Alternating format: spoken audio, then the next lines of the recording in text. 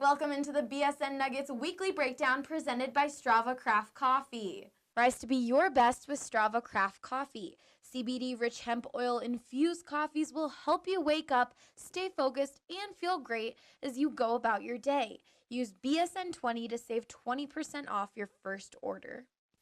Allie Monroy here with BSN Nuggets beat writer Harrison Wind at the BSN Denver studio, where we're breaking down the Nuggets' upcoming games. Harrison, what should fans be watching for over Denver's next two home games versus Philadelphia on Saturday and Phoenix on Wednesday? Yeah, Allie, well, really, these two next games, and this month, Denver's going to be at home a ton. They played just 5 home games in December. That's hard to really imagine. They've got 10 at Pepsi Center in January, so a great chance for the Nuggets to pile up some more wins and also do that against a lot of opponents who probably aren't going to be in the playoff picture come March and April. These two games upcoming here against Philly and Phoenix. Philly certainly doesn't lack star power with Ben Simmons and Joel Embiid, but probably a game Denver should take. And then Phoenix, one of the Western Conference bottom feeders, who Denver actually has at home twice this month. They also have teams like Atlanta, a lot of other Eastern Conference bottom feeders as well. So this month in general, also with these next two matchups, it will be a great chance for Denver to pile up some more wins. And at 19 and 16, they're in a good spot right now. All right, now for a question I feel like a lot of people have been wondering, where did Trey Lyles come from? He's been huge off the bench for the Nuggets as of late. Do you think he has what it takes to keep it up?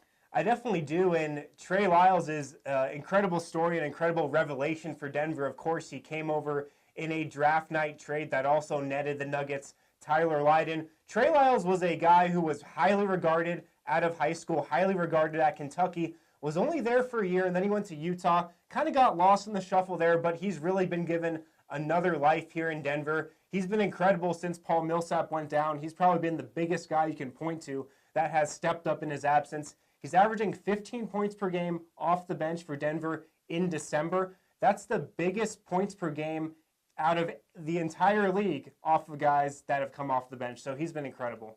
What about the Nuggets rotation? Guys like Emmanuel Mudiay and Kenneth Faried aren't playing right now. Do you predict any changes there?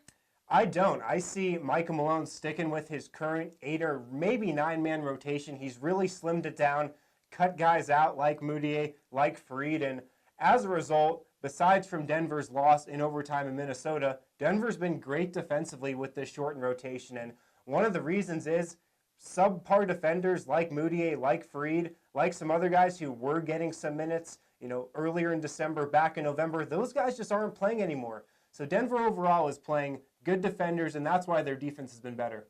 Well, be sure to follow all of our coverage on bsnnuggets.com. For Harrison Wind, I'm Allie Monroy, BSN Denver.